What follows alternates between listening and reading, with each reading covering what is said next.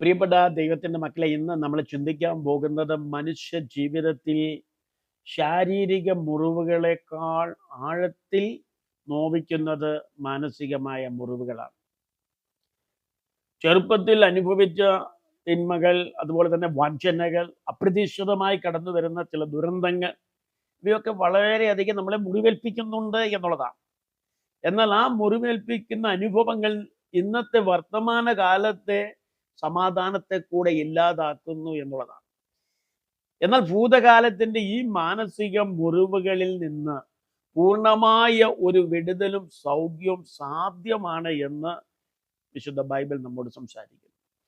സങ്കീർത്തനം 147:3 നമ്മെ ഓർമ്മിപ്പിക്കുന്നത്, ഹൃദയം തകർന്നവരെ അവൻ സൗഖ്യമാക്കുകയും അവരുടെ മുറിവുകളെ കെട്ടുകയും ചെയ്യുന്നു എന്നുള്ളതാണ്. നമ്മൾ മനസ്സിലാക്കണം, നമ്മുടെ ജീവിതത്തിൽ കടന്നു വന്ന മുറിവുകൾക്ക് പരിഹാരമുണ്ട് എന്നുള്ളതാണ്. പഴയ മുറിവുകൾ വ്യക്തിയുടെ മനസ്സിനെയും ചിന്തകളെയും നിരന്തരം ഭയപ്പെടുത്തുന്ന ഒന്നാണ്. എന്നാൽ ദൈവിക സൗഖ്യം എന്നത് കേവലം ഈ ഓർമ്മകളെ മറയ്ക്കലല്ല, മറിച്ച് ഈ ഓർമ്മകളുടെ വേദനയെ മാറ്റി അതിനെ ഒരു പുതിയ വീക്ഷണത്തോടെ കാണാൻ പ്രാപ്തനാക്കുന്നു എന്നുള്ളതാണ്. നമുക്കറിയാം, വിശുദ്ധ ബൈബിളിൽ യോസഫ് എന്ന് പറയുന്ന ദൈവിക മനുഷ്യൻ വലിയ ഡ്രോമയിലൂടെ കടന്നുപോയി. അദ്ദേഹം അനുഭവിച്ച മുറിവുകൾ വളരെ വലുതാണ്. സ്വന്തം സഹോദരങ്ങളാൽ വഞ്ചിക്കപ്പെടുന്നു, കിണറ്റിൽ തള്ളപ്പെടുന്നു, അടിമയായി വിൽക്കപ്പെടുന്ന അനുഭവം, ചെയ്യാത്ത തെറ്റിന് വർഷങ്ങളോളം ജയിലിൽ അടയ്ക്കപ്പെട്ടു. ഇത്രയധികം മുറിവുകളിലൂടെ കടന്നുപോയിട്ടും യോസഫ് തൻ്റെ ഉള്ളിൽ പകയോ വിദ്വേഷമോ മനസ്സിൽ വെച്ചില്ല, അല്ലെങ്കിൽ സൂക്ഷിച്ചില്ല എന്നാണ്. തൻ്റെ ഭൂതകാല മുറിവുകളെ ദൈവിക പദ്ധതിയുടെ ഭാഗമായിട്ട് ജോസഫ് തിരിച്ചറിഞ്ഞു.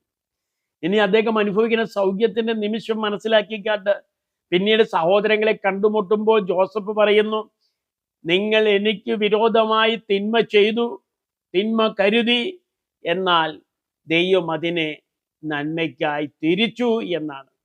തനിക്ക് സംഭവിച്ച അനുഭവങ്ങളെ പോസിറ്റീവായി പുനർനിർവചിക്കാൻ ജോസഫിന് കഴിഞ്ഞു എന്നതാണ് അദ്ദേഹം അനുഭവിച്ച സൗഖ്യത്തിന്റെ കാരണം. നമുക്ക് മനസ്സിലാക്കി തരുന്ന 3 ചിന്തകളുണ്ട്. ഈ മാനസികമായി നേരിട്ട ഈ മുറിവുകളിൽ നിന്ന് നമുക്ക് സൗഖ്യം തേടുവാൻ. ഒന്ന്, സത്യം അംഗീകരിക്കുക എന്നുള്ളതാണ്. സംഭവിച്ച അനുഭവങ്ങളെ ഒളിച്ചു വെക്കാതെ ദൈവസന്നിധിയിൽ അത് തുറന്നു പറയുക. അവൻ നമ്മുടെ മുറിവുകളെ കെട്ടുന്ന ദൈവമാണ്. 2, ക്ഷമയും വിടുതലും. നമ്മെ മുറിപ്പെടുത്തിയവരോടുള്ള വിദ്വേഷം മനസ്സിൽ വയ്ക്കുന്നത് നമ്മെ തന്നെയാണ് വീണ്ടും മുറിവേൽപ്പിക്കുന്നത്. ക്ഷമ എന്നത് മറ്റുള്ളവർക്ക് വേണ്ടിയല്ല, നമ്മുടെ സ്വന്തം മനസ്സിന്റെ സൗഖ്യത്തിനു വേണ്ടിയാണ്. പ്രിയവരെ, 3-മതായി പുതിയ വീക്ഷണം കണ്ടെത്തുക. ജോസഫിനെ പോലെ കഴിഞ്ഞകാല അനുഭവങ്ങൾ നമ്മെ തകർക്കാനല്ല, മറിച്ച് പുതിയൊരു ദൗത്യത്തിനായി നമ്മെ പ്രാപ്തരാക്കാനാണ് എന്ന് നാം വിശ്വസിക്കുക. അതുകൊണ്ട് ഇന്ന് നമ്മളെ തന്നെ ഒന്ന് സമർപ്പിക്കാം. ഭൂതകാലത്തിന്റെ ചങ്ങലകളിൽ നിന്ന് മോചിതരാകാൻ ദൈവം ഇന്ന് നമ്മെ ക്ഷണിക്കുന്നു. നമ്മുടെ ഹൃദയത്തിലെ ഓരോ തകർച്ചയും ദൈവത്തിന്റെ സൗഖ്യമാക്കുന്ന സ്പർശനത്തിനായി തുറന്നു കൊടുക്കുക.